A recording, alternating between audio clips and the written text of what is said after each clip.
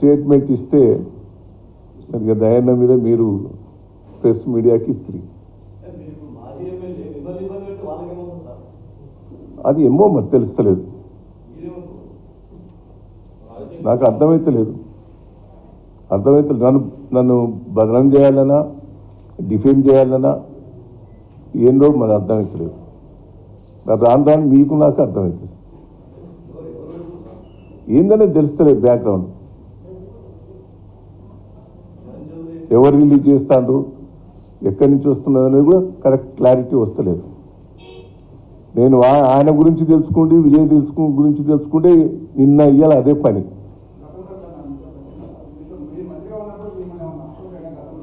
ఎవరు వచ్చిండని చెప్తున్నారు కదా, ఆయనే చెప్తా అండి. నా దగ్గరికి వచ్చిండు, నా దగ్గరికి ఆయన కమిషనర్ దగ్గర నాకు అపాయింట్మెంట్ ఇప్పివని కోరిండు. కమిషనర్కి ఫోన్ చేసి అపాయింట్మెంట్ ఇప్పించిన కమిషనర్ ఎగ్జామ్ చేసి విజయ్ కాదు, చరణ్ చౌదరి ఎందుకు వస్తారు నా దగ్గరికి?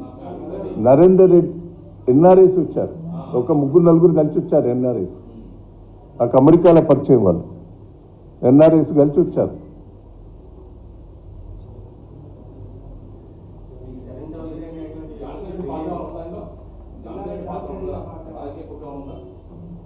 ఏమో నాకైతే ఐడియా లేదండి, దాంట్లో అంత ఐడియా లేదు. చూద్దాం మరి, దాంట్లో అయితే నాకు ఎన్నో సంబంధం లేదు. ఆ ప్రణీత్ రావు ఎవరో కూడా తెలియదు. ఇంక్వైరీ చేయంటున్నాం కదా. ఇప్పుడు మనం ఒక్క నిమిషం మీరు ఏనండి, ప్రణీత్ రావు మా ఊళ్ళో బంధువు, వాళ్ళ నాయనమ్మో అమ్మమ్మో వాళ్ళ అమ్మమ్మ ఊరటది. ఆయన ఊరు వేరు, ఆయన మాకు తెలియడం కూడా తెలియదు. వాస్తవంగా నాకు పరిచయం కూడా లేదు ఆయన మరి ఆయన ఏం చేసిండనేది వాళ్ళ ఎంక్వైరీలో తెలుస్తుంది. ఇప్పుడు మాకైతే అందులో ఏ పొజిషన్లో ఎన్నో సంబంధం కూడా లేదు. ఆయన క్యాస్ట్ నాకు బంధువు కూడా కాదు, వాళ్ళు క్యాస్ట్.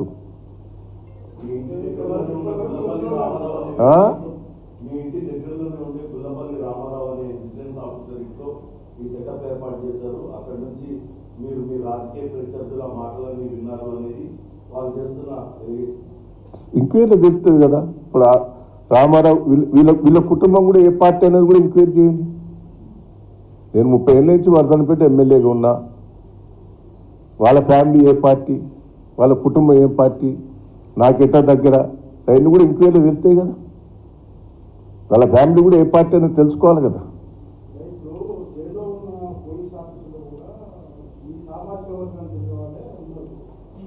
చేయని మరి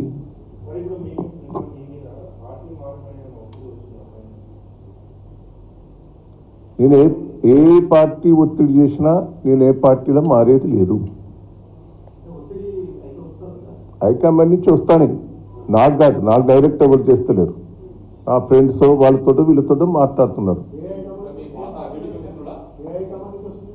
ఎక్కడి నుంచి వస్తున్నది ఎందుకు ఇప్పుడు అదంతా? నా ఇదిగా ఎన్ని డీటెయిల్స్ వద్దు, నేను ఏ పార్టీ మారేది లేదు. మీ కేసెస్ వివరాలు కూడా మీకు కొన్ని ఉన్నాయి.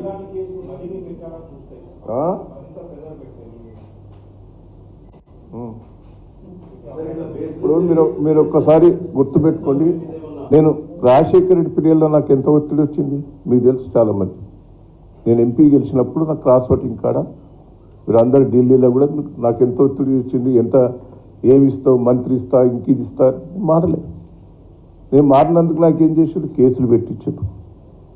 నా వర్ధనపేట ఎస్సీ రిజర్వేషన్ చేసిండ్రు.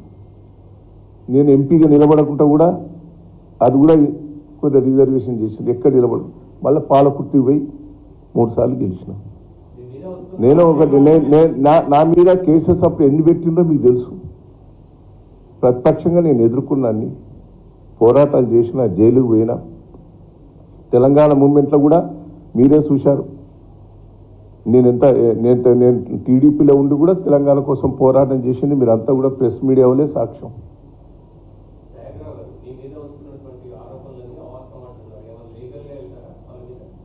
నా మీద ఇంతవరకు అయితే ఏం కాలే కదా, ఆరోపణలు చేశారు. నేను ఈ వివరణ ఇచ్చిన విజయ్ కూడా ఆయన పోలీస్ స్టేషన్లో పిటిషన్ పెడతాడు గవర్నమెంట్కు. దాని మీద యాక్షన్ తీసుకోకపోతే నేను పోలీసుకు పోతాను, కోర్టుకు పోతాను.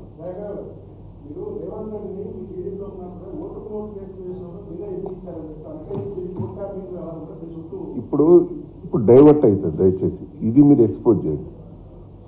అది అప్పటిది మీకు తెలుసు, నాకు ఏ సంబంధం లేదని కూడా తెలుసు. ఇది దయచేసి ఇప్పుడు డైవర్ట్ అవుతుంది. ఇది మీరు ప్లీజ్ తీసుకొని ప్రెస్ మీడియాకు వచ్చినట్టు వాస్తవాలు బయటికి తీసుకురండి. ఇంక్వైరీ ఏముంటున్నా కదా, నాకు ఏ సంబంధం లేదు. ఎందుకుంటుంది చెప్పండి, నాకేం సంబంధం, నాకు ఎందుకుంటుంది? నా కాన్షియస్ ఏదో నేను చూసుకున్నా, జిల్లా ఏందో చూసుకున్నా. నేను దాంట్లో నాకు ఏ సంబంధం లేదు.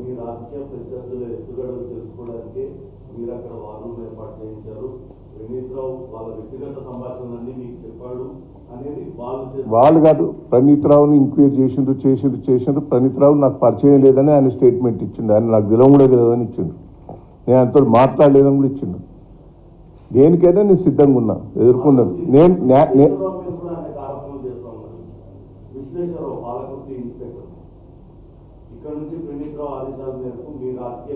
తప్పది.